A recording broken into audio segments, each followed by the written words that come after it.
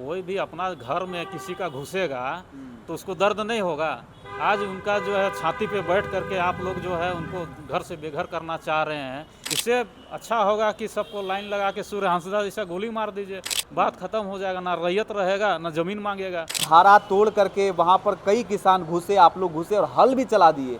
आप लोगों को क्या लगता है ये जीत किसकी हुई? इसीलिए किसान चाह रहा है कि मरना ही है तो हम अपना खेतों में हल जोत के ही। केस को रिम्स 2 के लिए जगह चिन्हित किया गया है, वो विवादों के घेरे में है। 24 तारीख को एक बड़ी आंदोलन प्रस्तावित की गई थी उस जगह पे, वहां पर हल चलाए थे फूलचंद तिर्की। हमारे साथ में वो शख्स मौजूद हैं। फूलचंद तिर्की जी, ये विवाद बढ़ते जा रहा है और इसका रूप अब राजनीति से भी कहीं ना कहीं लोग जोड़ने लगे हैं। सबसे पहले ये बताइएगा, क्या आपके ऊपर भी एफआईआर दर्ज हुआ है? निश्चित तौर से मेरे ऊपर भी केस दर्ज हुआ है, क्योंकि आदिवासी समाज का अगुवा होने के नाते विभिन्न कार्यक्रमों में मैं जाता हूं और आदिवासियों का हक अधिकार की लड़ाई लड़ता हूं। सिरम टोली का मामला हो या तो रिम्स 2 का मामला हो, तो अन्य और भी जो भी आदिवासी समाज में समस्याएं हैं उसमें मैं प्रमुखता से। किसने किया है ये केस? ये प्रशासन के द्वारा किया गया है। जो कांके के सीओ है अमित कुमार भगत जी है, उनके द्वारा ये केस किया गया है। तो आप लोग अपनी जमीन के लड़ाई के लिए आंदोलन करने गए, वहां पर पहले से ही बैरिकेड किया गया था, धाराएं लगी हुई थी। कैसे देखते हैं आप इस चीज को? आज निश्चित तौर से जो सरकार है जो तानाशाही रवैया अपना रही है, यदि किसान अपने खेत में हल नहीं जोतेंगे तो वो कहाँ जाएंगे, दूसरे के खेत में जोतेंगे। वो तो हमेशा से वो खेती बाड़ी किए, धान भी उपजाए, उनके बाल बच्चा पढ़े लिखे, उसमें हल जोते। ये नया चीज़ नहीं था कि वो जो है ये साल भी खेती कर रहे हैं। जब से वो पैदा लिए हैं तब से वही खेती करते आ रहे हैं। तो आदिवासी समाज होने के नाते पूरे समाज के लोग, जो नगरीवासी आह्वान किए थे समाज को कि आप जो है हमको मदद करें, सरकार हमें खेती करने नहीं दे रही है। और आप देखे होंगे कि वहाँ हजारों हजार का भीड़ में उस दिन पूरे झारखंड से लोग पहुँचे थे। आगे आप लोगों की क्या प्लानिंग? अभी एफआईआर भी, मतलब केस भी हो गई है आप लोगों के ऊपर, तो लगता है कि जब बैरिकेड की थी, धारा लगा था, उसके बाद भी आप लोग चल गए, तो कानून का तो अवहेलना हुआ है, लेकिन दूसरे तरफ अपने हक के लिए आप लोग गए। क्या कहना चाहेंगे इस मैटर पे? ये माहौल कौन तैयार किया? माहौल कौन तैयार किया? ये झारखंड सरकार तैयार किया। आप अगर रैयतों से बात कर लेते हैं, या तो रिम्स 2 जबरन, मतलब आप लोगों का, आपका कहना जबरन रोकने का प्रयास किए, आदिवासी को उग्र करने का प्रयास झारखंड सरकार के तरफ से हुआ है। सरकार के मंत्री कह रहे हैं कि रिम्स 2 हर हाल में बनेगा। सरकार के मंत्री कह रहे हैं कि वो मतलब खेती लायक जमीन नहीं है। राजेश कच्छप कह रहे थे कि इन लोगों को अगर हल ही चलाना था, रोपा ही रोपना था, तो जब मानसून शुरू हुआ था उस समय रोपना था। अभी तो निकल गया, अब क्या हल चला के रोपेंगे? खाली मतलब दिखावा करने के लिए? उनका नौटंकी नहीं चलेगा रे। आप तो अपना बयान स्पष्ट कीजिए। कभी कहते हैं कि नहीं मैं नामकुम में ज़मीन दे रहा हूँ, फिर कहते हैं कि रिम्स हर हाल में वहीं बनेगा, फिर कहते हैं कि मानसून के से पहले मतलब हल चलाना चाहिए।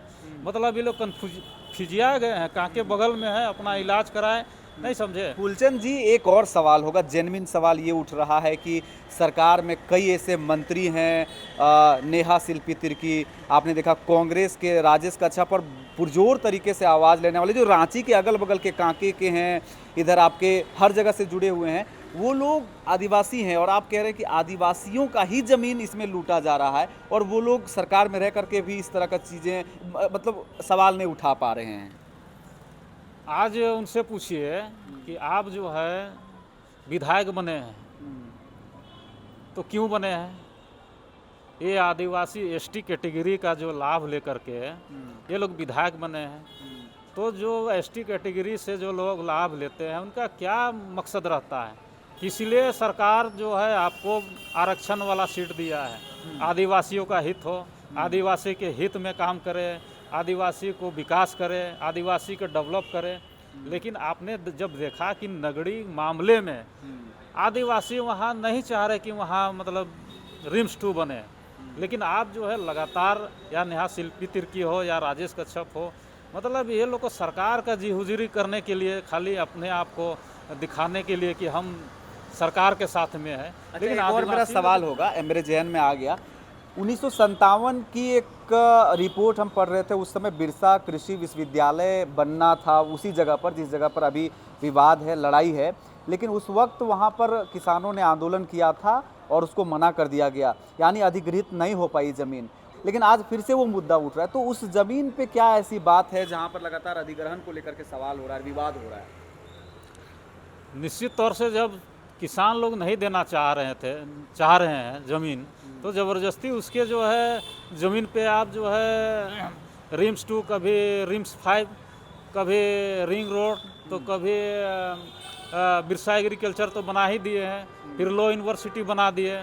उसके बाद जो है अब वहाँ बोलिए कि हवाई जहाज़ बना देंगे, वहाँ पे ट्रेन उतार देंगे। कोई भी अपना घर में किसी का घुसेगा तो उसको दर्द नहीं होगा? आज उनका जो है छाती पे बैठ करके आप लोग जो है उनको घर से बेघर करना चाह रहे हैं और लोग उनको सपोर्ट कर रहे हैं। इस सरकार का काम था कि हम लोग अपने लोगों को कैसे सुरक्षित करें, लेकिन उनको ना नौकरी है ना रोजगार है, ऊपर से आप उनकी ज़मीनें जो जीने का साधन है उसको भी छीनने का प्रयास कर रहे हैं। इससे अच्छा होगा कि सबको लाइन लगा के सूर्य हंसदा जैसा गोली मार दीजिए, बात खत्म हो जाएगा, ना रैयत रहेगा ना ज़मीन मांगेगा। अच्छा, एक मेरा अंतिम सवाल होगा कि उस दिन बैरिकेटिंग की गई थी, सरकार और पुलिस की पूरी तैयारी थी कि जो प्रस्तावित आंदोलन है उसको ना होने दिया जाए।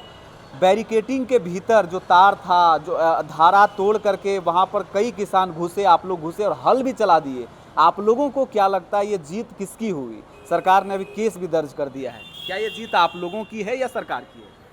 ये जीत हार का मामला नहीं है। किसान स्वयं अपना खेतों में हल चलाए, रोपा रोपे, धान लगाए। चूँकि धान नहीं लगाएगा तो भूखे मरने का नौबत आ जाएगा, तो आदमी भूखे मरेगा या गोली खा के मरेगा।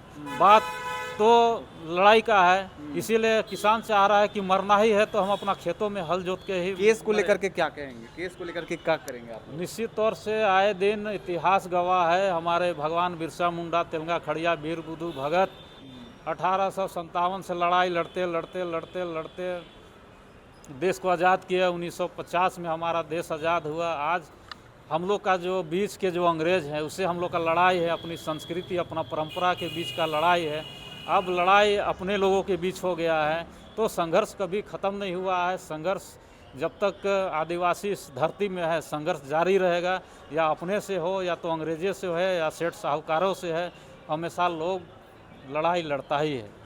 चलिए, लड़ाई जारी रहेगी। इनका कहना है कि झारखंड में ये कोई नई परंपरा नहीं है, FIR हुए हैं, अंग्रेज़ों के खिलाफ भी हुए हैं, और बिरसा से लेकर अब तक जो ये आदिवासियों के हकूक़ की जो लड़ाई है वो लगातार जारी है। चाहे, लेकिन ये विवादास्पद मुद्दा है कि जिस राज्य में सरकार आदिवासी की हो, जहाँ पर मंत्री आदिवासी हैं, वहाँ पर इस तरह के मुद्दे खड़े हो रहे हैं, तो आपको प्रश्नवाचक चिन्ह आपके दिमाग में ज़रूर चल रहा होगा। आपको क्या कुछ लगता है, कमेंट करके ज़रूर बताएं। आप ओंकार झारखंड देख रहे हैं, मेरा नाम है रवि भास्कर।